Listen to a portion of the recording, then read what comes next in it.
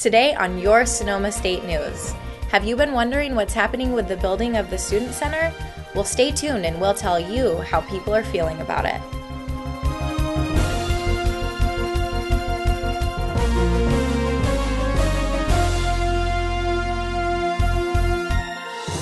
Hey SSU, with the 50-year celebration of Sonoma State winding down, we wanted to show you the school spirit portrayed at the recent flyover. Here's what happened that day.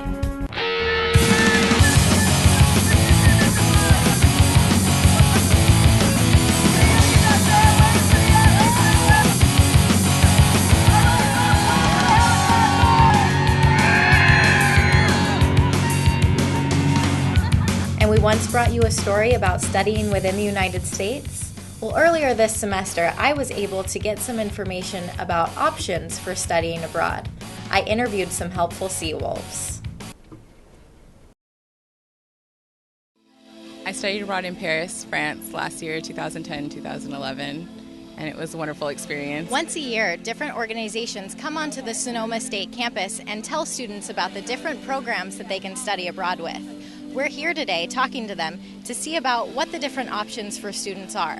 Today we have the Go Global Fair, which is a way for us to kind of show off our programs, which are the CSUIP and NSE, National Student Exchange, as well as a way for students to find some of the outside programs that are out there.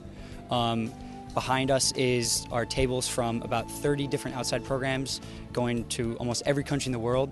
So it gives students a lot of opportunities to see what volunteer opportunities are out there, what study abroad opportunities are out there, teaching abroad or volunteering abroad. So there's really something for everybody out here. The last story that we will be bringing you today is about the people's feelings regarding the delayed Student Center. President Arminiana recently decided to postpone the building because people felt like maybe it wasn't exactly the way it should have been done. Chris and Tommy have the story. Today we took the time to interview sophomore Anthony Galino, a political science major here at Sonoma State, who's made himself a well-known activist against the construction of the Student Center. We took the time to ask him many questions on how he feels about the Student Center, why the delay is taking so long, and here's what he said. We make higher education less accessible to those who meet the eligibility to be in the CSU system. And really, the CSU system has an obligation to provide the higher education for those students who meet the eligibility requirements set forth by the CSU system. And I think that definitely is the biggest problem with the Student Center, is the $150 a semester fee that in all honesty will not be covered by financial aid.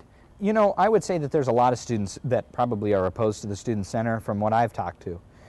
And I think that there's a general consensus among most students that, one, this issue has gone on for far too long, and two, that we really are not interested in paying $150 a semester for some building. We would rather see money go towards classes and faculty and teachers and different things like that, and student services, other than us having to pay for a new building, which may or may not be utilized by the majority of students on campus. So I would say, personally, and I mean, you know, you look at ASI, RSA, and the Student Union Corporation, who were all in favor of the Student Center, and interestingly enough, I found that the dialogues and the focus groups were generally opposed. So you have the student at large generally opposed, and the institutions that we have, or the representative bodies for the students, are more in favor. So we're kind of split.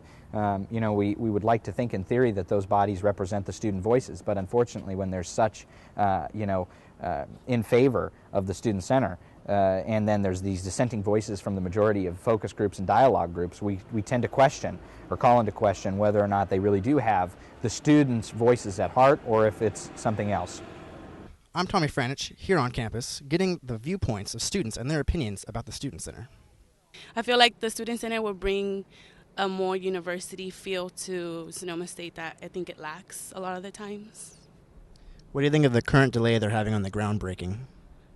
I'm just a little confused because when we voted and all of that was going on, I felt like they were just ready to push it, and I feel like they need to get on that because students are waiting for that. I feel they caused a lot of controversy with the pros and cons that student had for them to not to start it right away.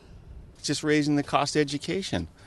So I think the priorities are kind of mixed up.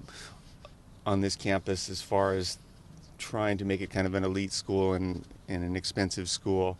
And the student center as proposed, I think, adds to that kind of. I'm not exactly sure, like the student center on campus. I can't really say whether I'm like pro or con. I'm really not knowledgeable on like exactly what they do. I am Tommy Franich, here on campus. Back to you guys at the news desk.